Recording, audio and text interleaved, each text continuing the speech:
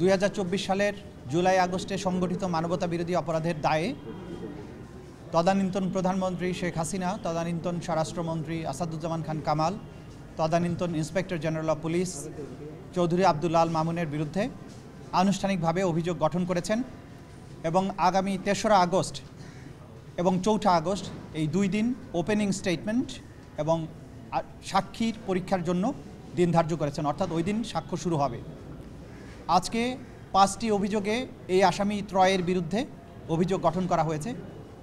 Charge number 1 হচ্ছে তদানীন্তন প্রধানমন্ত্রী শেখ হাসিনা 2024 সালের 14 জুলাই গণভবনে একটা সংবাদ সম্মেলনে আন্দোলনরত ছাত্রছাত্রীদেরকে রাজাকার এবং রাজাকারের বাচ্চা বলে তাদের বিরুদ্ধে তাদেরকে নির্মূল করার জন্য যে উস্কানিমূলক বক্তব্য দিয়েছিলেন, তারই ধারাবাহিকতায় গোটা বাংলাদেশ জুড়ে নিরস্ত্র নিরীহ প্রতিবাদকারী ছাত্র জনতা, যে সিভিলিয়ান ছাত্র জনতা, তাদের উপরে যে আক্রমণ শুরু হয়, সেই আক্রমণের ধারাবাহিকতায় বাংলাদেশে প্রায় 1,500 ছাত্র জনতাকে হত্যা করা হয়, প্রায় 25,000 ছাত্র জনতাকে আহত করা হয়, যাদের মধ্যে অনেকে চিরস্থায়ীভাবে অন্ধত্ব বরণ করেছেন, অনেকে চিরস্থায়ীভাবে অঙ্গহানির শিকার হয়েছেন এবং এছাড়াও বিভিন্ন অমানবিক ঘটনার মাধ্যমে এই মানুষদের উপরে অত্যাচার করা হয়েছে, ইনহিউম্যান অ্যাক্টস করা হয়েছে। সেই তার যে ইনসাইটমেন্ট, উস্কানিমূলক বক্তব্যের দায়ে এবং সেই বক্তব্যের প্রেক্ষিতে সারা দেশব্যাপী হোম মিনিস্টার আসাদুজ্জামান খান কামাল এবং আইজিপি চৌধুরী আব্দুল আল মামুনের নেতৃত্বে সারা দেশে সিভিলিয়ান ছাত্র জনতার উপরে যে আক্রমণ পরিচালনা করা হয়, সেই অভিযোগে প্রথম চার্জটি গঠন করা হয়েছে। দ্বিতীয় চার্জটা ছিল গণভবন থেকে শেখ হাসিনা 14 জুলাই তারিখে ঢাকা বিশ্ববিদ্যালয়ের তদানীন্তন ভিসি মাকসুদ কামালের সাথে একটা কথোপকথন এবং 18 জুলাই তারিখে তার ভাতিজা ফজলে নূর তাপসের সাথে আরেকটি টেলিফোন কনভারসেশনে, যেখানে তিনি স্পষ্টভাবে উল্লেখ করেছেন তিনি আইনশৃঙ্খলা রক্ষাকারী বাহিনী এবং সংশ্লিষ্ট বাহিনীগুলোকে সুস্পষ্টভাবে নির্দেশ দিয়েছেন আন্দোলনরত ছাত্র জনতাকে হত্যা করার জন্য, নির্মূল করার জন্য লেথাল ওয়েপন বা মারণাস্ত্র ব্যবহার করে তাদের হত্যা করা এবং নির্মূল করার জন্য, এবং একই সাথে হেলিকপ্টার এবং ড্রোন ব্যবহারের মাধ্যমে দেখামাত্র গুলি করে, যেখানে দেখা যাবে সেখানেই গুলি করে যে হত্যার নির্দেশ দিয়েছেন, সেই নির্দেশের কথা তিনি 2টো টেলিফোন কনভারসেশনে উল্লেখ করেছেন এবং তাদেরকে আশ্বস্ত করেছেন আমি এই নির্দেশ দিয়েছি, সুতরাং এই বিক্ষোভ নির্মূল হয়ে যাবে, দমন হয়ে যাবে।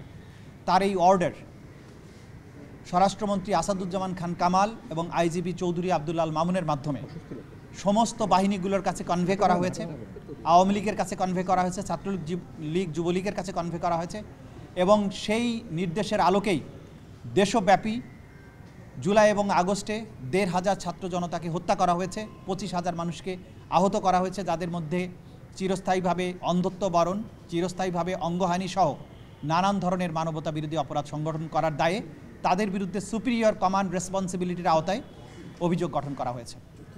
তৃতীয় চার্জটি ছিল 16 জুলাই রংপুরে আবু সাইদকে হত্যা, মোটা দাগে এটা বলা যায়, এবং সেটি করা হয়েছিল শেখ হাসিনার নির্দেশের প্রেক্ষিতে, যে নির্দেশটি তার টেলিফোন কনভারসেশন থেকে রিভিলড হয়েছে এবং তার যে ষড়যন্ত্র, যেটা তিনি 14 জুলাই প্রেস কনফারেন্সে বলেছিলেন রাজাকারের বাচ্চা আখ্যা দিয়ে, তারই ধারাবাহিকতায় রংপুরে নিরস্ত্র আবু সাইদ যে দুহাত মেলে দাঁড়িয়েছিল পুলিশের দিকে, তাকে সেখানে ঠান্ডা মাথায় কাছে থেকে পরপর অনেকগুলো গুলি করে তাকে হত্যা করা হয়।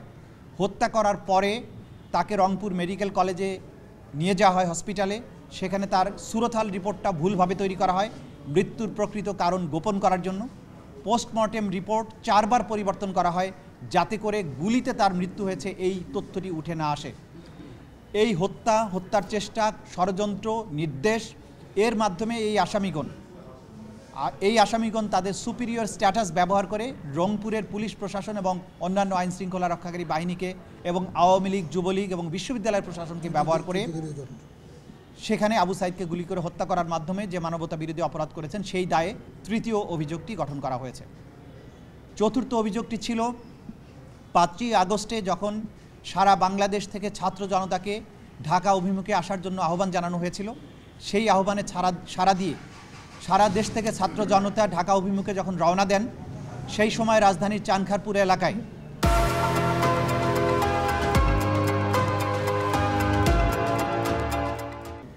পুলিশ এই তিনজন আসামির নির্দেশের প্রেক্ষিতে ঢাকা মেট্রোপলিটন পুলিশ কমিশনারের মাধ্যমে এবং তার অন্যান্য যে সমস্ত পুলিশ অফিসার ছিলেন তাদের মাধ্যমে চানখারপুর এলাকায় বেলা 10টা থেকে 2:30টার মধ্যে 6 জনকে গুলি করে হত্যা করা হয়। তার মধ্যে শহীদ শাহরিয়ার খান আনাস, জুনায়েদ সহ আরও 4 জন, মোট 6 জনকে এখানে গুলি করে হত্যা করা হয়। এই হত্যাকাণ্ডের ব্যাপারে তাদের সুপিরিয়র কমান্ড রেসপন্সিবিলিটি এবং তাদের অধীনস্থদের মাধ্যমে এই হত্যাকাণ্ড সংগঠন করার দায়ে তাদের বিরুদ্ধে চতুর্থ অভিযোগটি গঠন করা হয়। পঞ্চম অভিযোগটি ছিল তাদের পূর্বের যে নির্দেশ লিথাল ওয়েপন ব্যবহার করা এবং আন্দোলনকারীদের নির্মূল করা, তার অংশ হিসাবে তাদের অধীনস্থ পুলিশ এবং তাদের অধীনস্থ যে লোকাল এমপি ছিল সাভারের, তাদের নেতৃত্বে তাদের মাধ্যমে সাভারের আশুলিয়া থানার সামনে 5ই আগস্ট বিকেলবেলা মোট 6 জনকে, সেখানে আরও অনেককে হত্যা করা হয়। আমরা এই চার্জটা এনেছি 6 জনের হত্যাকাণ্ডের ব্যাপারে। 6 জন ব্যক্তিকে ঠান্ডা মাথায় একটা গলির মধ্যে মারণাস্ত্র দিয়ে অর্থাৎ সাবমেশিন গান, চাইনিজ রাইফেল দিয়ে সরাসরি গুলি করে হত্যা করে এই নিহত ব্যক্তি এবং একজন গুরুতর আহত ব্যক্তিকে একই সাথে প্রথমে একটা প্যাডেল ভ্যানে চ্যাংদলা করে তোলা হয়, ত্রিপল দিয়ে পেঁচানো হয়। পরবর্তীতে এই 6 জন ব্যক্তিকে আরেকটি পুলিশের কাভার্ড ভ্যানে অর্থাৎ পুলিশ ভ্যানে তুলে সেখানে পেট্রোল ঢেলে দিয়ে আগুন দিয়ে তাদেরকে পুড়িয়ে দেওয়া হয়। যখন আগুন দিয়ে পোড়ানো হয় সেই সময়ে একজন আহত ব্যক্তি তার হাত পা নাড়াচ্ছিল, তাকে তখন উদ্ধার না করে, চিকিৎসার ব্যবস্থা না করে এই জীবিত মানুষকে সহ বাকি 5 জন শহীদকে পেট্রোল ঢেলে পুড়িয়ে দেওয়া হয় এবং আগুন না নিভিয়ে সেখানে আরও বিভিন্ন কাঠ, খড়ি এই সমস্ত জিনিস নিক্ষেপ করে আগুনকে আরও বেশি জ্বলতে সাহায্য করা হয় এবং এই লাশগুলোকে পুড়িয়ে নিশ্চিহ্ন করে দিয়ে আলামত গোপন করার চেষ্টা করা হয়।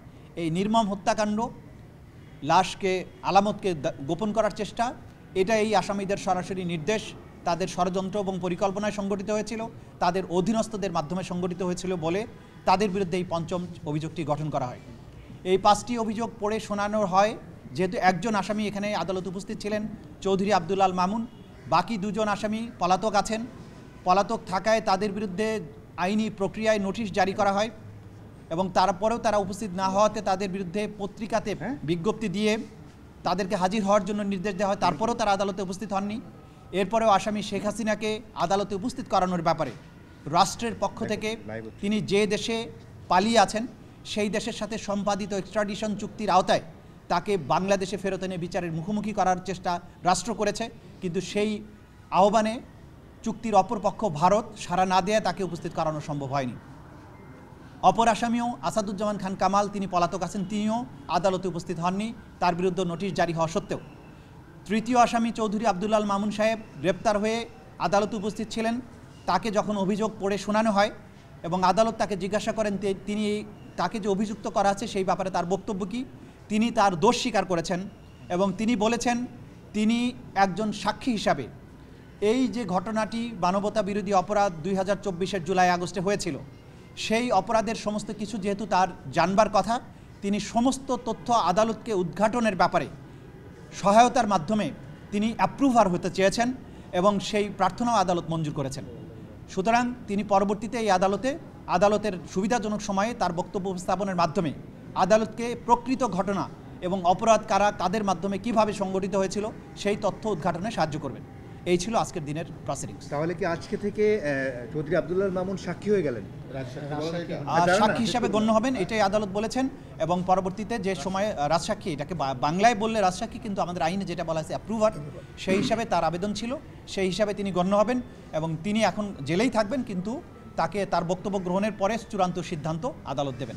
নিরাপত্তার বিষয়ে কি বলেছেন? হ্যাঁ, নিরাপত্তা যেহেতু তিনি অ্যাপ্রুভার হতে চেয়েছেন সে কারণে তার নিরাপত্তার সংকট হতে পারে এই আশঙ্কায় তার পক্ষ থেকে তার আইনজীবী আবেদন জানিয়েছেন তাকে যাতে যথাযথ নিরাপত্তা দেওয়া হয়, সেই নিরাপত্তার ব্যাপারে আদালত যথাযথ আদেশ দেবেন বলে জানিয়েছে।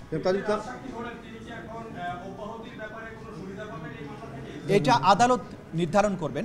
তিনি আমাদের আইনে বলা হয়েছে যে তিনি যখন তার সাক্ষ্যের মাধ্যমে ট্রু এবং ফুল ডিসক্লোজার, তার বক্তব্যের মাধ্যমে যদি ট্রু এবং ফুল ডিসক্লোজার হয় তখন এটা আদালতের ডিসক্রিপশন অনুযায়ী আদালত তাকে ক্ষমা করতে পারেন বা অন্য কোনো আদেশ দিতে পারেন। এটা কমপ্লিটলি আদালতের এখতিয়ার। না, এটা তো হয়ে গেল, গিলটি তো প্লি করবে। Thank you.